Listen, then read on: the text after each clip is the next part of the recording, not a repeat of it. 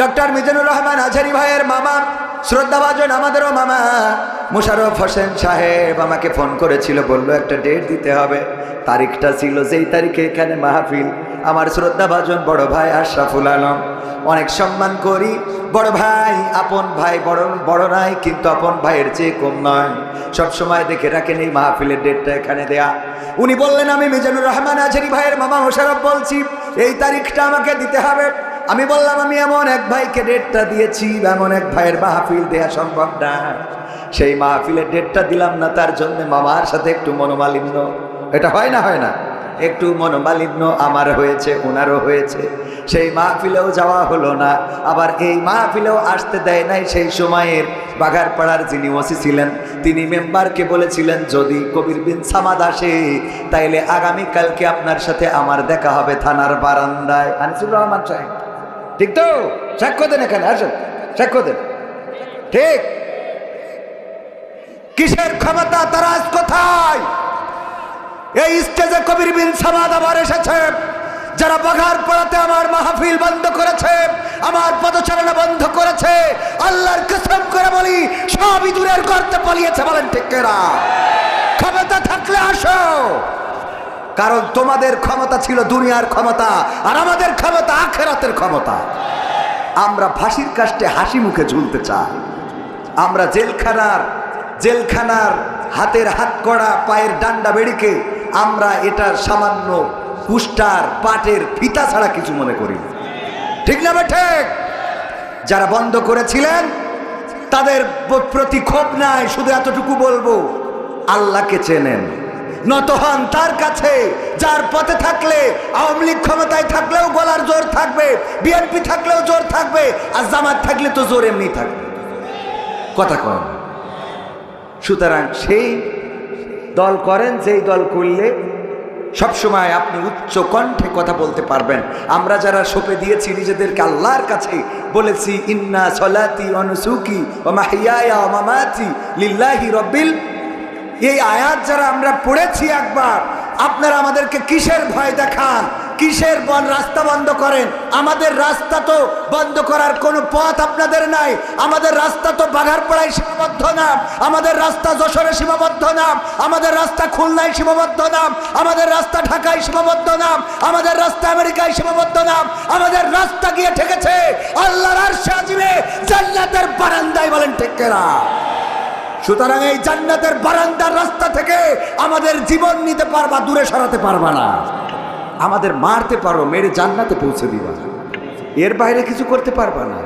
আমরা তো সেই ইব্রাহিমের সন্তান, যে জাতির পিতা বলেছিল ইন্নী ওয়াজ্জাহতু ওয়াজহিয়া লিল্লাযী ফাতারাস সামাওয়াতি ওয়াল আরদ হানিফা ওয়া মা আনা মিনাল মুশরিকিন, আমি সমস্ত দিক থেকে, সমস্ত দল থেকে আমার মুখটা আমি সেই দলের দিকে করলাম যে আসমান জমিন সৃষ্টি করেছে, তার দিকে মুখ ঘুরিয়ে দিয়ে বলে দিলাম আমি অন্য কোন দলের মুখাপেক্ষী না, আমি মুশরিকদের মুখাপেক্ষী না, যারা দুনিয়ায় মানব রচিত মতবাদ তৈরি করে তাদের মুখাপেক্ষী না, যারা নিজের আইন বানিয়ে দেশ চালাতে চায় তাদের মুখাপেক্ষী না, আমি আসমান জমিনের স্রষ্টা যিনি তার মুখাপেক্ষী, তার কাছেই মাথা নত করে দিয়েছি। সুতরাং আমরা সেই ইব্রাহিমের সন্তান, আমাদের জাতির পিতা ইব্রাহিম, আমাদেরকে আগুনে ফেলা যায় কিন্তু আমাদের দমিয়ে রাখা যায় না, ঠিক না বেঠে? আর তোমাদের বলি ক্ষমতায় কেউ স্থায়ী হয় না, হোক না সে হাসিনা কিবারে না, সে আর চিরকাল থাকে না। মুজিবুর বেশি দিন থাকেনি, জিয়াউর কেউ তো রাখেনি, মুজিবুর বেশি দিন থাকেনি, জিয়াউর কেউ তো রাখেনি, এরশাদ চলে গেছে পৃথিবী ছেড়ে, এরশাদ চলে গেছে পৃথিবী ছেড়ে, কেউ আজ তার কথা কয় না, ঠিক না? ঠিক? ক্ষমতায় কেউ স্থায়ী হয় না, হাসিনা ক্ষমতা ধরে রাখতে আয়না ঘর বানিয়েছিল, জনগণের রোশনালে দাদার দেশে পালিয়ে গেল, হাসিনা ক্ষমতা ধরে রাখতে আয়না ঘর বানিয়েছিল জনগণের রোশনালে, দাদার দেশে পালিয়ে গেল ডিবি হারুনের পাশে আর, ডিবি হারুনের পাশে আর পরিমণিদের দেখা যায় না। ঠিক না বেঠে? ক্ষমতায় কেউ স্থায়ী হয় না, হোক না সে হাসিনা কি বারে না, সে আরটা চিরকাল থাকে না। ঠিক না বেঠে? মহিলা প্যান্ডেল ভরে গেছে, সবাইকে একটু সামনে আগায় বসতে বলতে হবে। আমি প্রায়ই বলি, এখনো পুরুষ প্যান্ডেল ফাঁকা আছে না নাই? আগামীতে মাহফিল দিলে এই জায়গায় রাখবেন মহিলাদের, আর ইনাদের দেবেন প্রজেক্টর।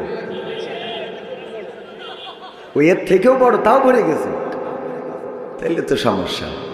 পুরুষদের জন্য জায়গা কম রাখার পরেও ওপাশ ফ্লাপ, মা বোনেরা মাহফিলেও বেশি, বাজারেও বেশি, সিরিয়ালেও বেশি, জাহান্নামেও বেশি। ঠিক না বে ঠিক? বিশ্ব নবীর কথা, আমার কথা না। বিশ্ব নবী সাল্লাল্লাহু আলাইহি সাল্লাম বললেন, ওগো নারীরা, আমি তোমাদের দেখেছি অধিকাংশ জাহান্নাম। কতকাংশ? অধিকাংশ, মানে অর্ধেকের বেশি জাহান্নামী। বিশ্ব নবী সাল্লাল্লাহু আলাইহি সাল্লাম বলেছেন। জিজ্ঞাসা করা হলো কিসের কারণে? আল্লাহ নবী সাল্লাল্লাহু আলাইহি সাল্লাম বললেন, দুইটা দোষ বেশি। কয়টা? কয়টা দোষ বেশি? মা বোনেরা কান খাড়া করে শোনেন আর সামনে একটু আগায় বসেন। কোন দিকে তা জানি না, যে দিকে হোক, ক্যামেরায় তো দেখতেছেন। আপনার সামনের দিকে আগায় বসেন, বাম দিকে, বাম দিকে আগায় বসেন, বাম দিকে আগায় বসেন। বসে অন্য বোনদের একটু জায়গা করে দেন। সামনে এবং ডান দিকে আগায় বসেন, যাতে করে অন্য অন্য মা বোনেরা বসার সুযোগ পায়। এখনো তো মাহফিল শুরুই হয়নি, তাই যদি ভরে যায় তাহলে তো প্রধান বক্তা তো এখনো আসতে বাকি। তো যাই হোক, আল্লাহ নবী কয়টা কারণ বললেন? বিশ্ব নবী বললেন দুইটা কারণ। তার মধ্যে এক নম্বর হলো, তারা স্বামীর নাশুকুরি করে। কি করে? নাশুকুরি বোঝেন? অকৃতজ্ঞ হয়, স্বামীর প্রতি কৃতজ্ঞ থাকে না। আমাদের জনাব ভাইয়ের কথাই বলি, আশরাফুল আলম সাহেব, আমার ভাবি, মানে যাই এনে দিক কিছুই পছন্দ হয় না, খালি পছন্দ হয় কবির। দেখো দিন কত সুন্দর জুব্বা বানাইছে, তুমি বানাইছো, এটা কি গায়ে দিলে দেখ মানুষ দেখা যাচ্ছে মনে হচ্ছে ফকির। মানে যা করে সেটা, থ্রি পিস কিনে দিলে পছন্দ হয় না, এটা ওইটা। মাছ কিনে আনলে তাতে কাটা বেশি, ওল কিনে আনলে গাল চুলকায়, কচু কিনে আনলে সিদ্ধ হয় না, মেটে আলু কিনলে সেটা আলু না। মানে সব কিছুতে অভিযোগ আছে তো আছে, আছে তো আছে। না শুকুরি, এটারে কি বলে?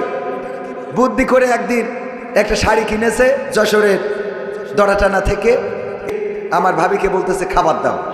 তো ভাবি খাবার দিয়ে চিন্তা করছে শাড়িটা আসলে কার, এত সুন্দর শাড়ি।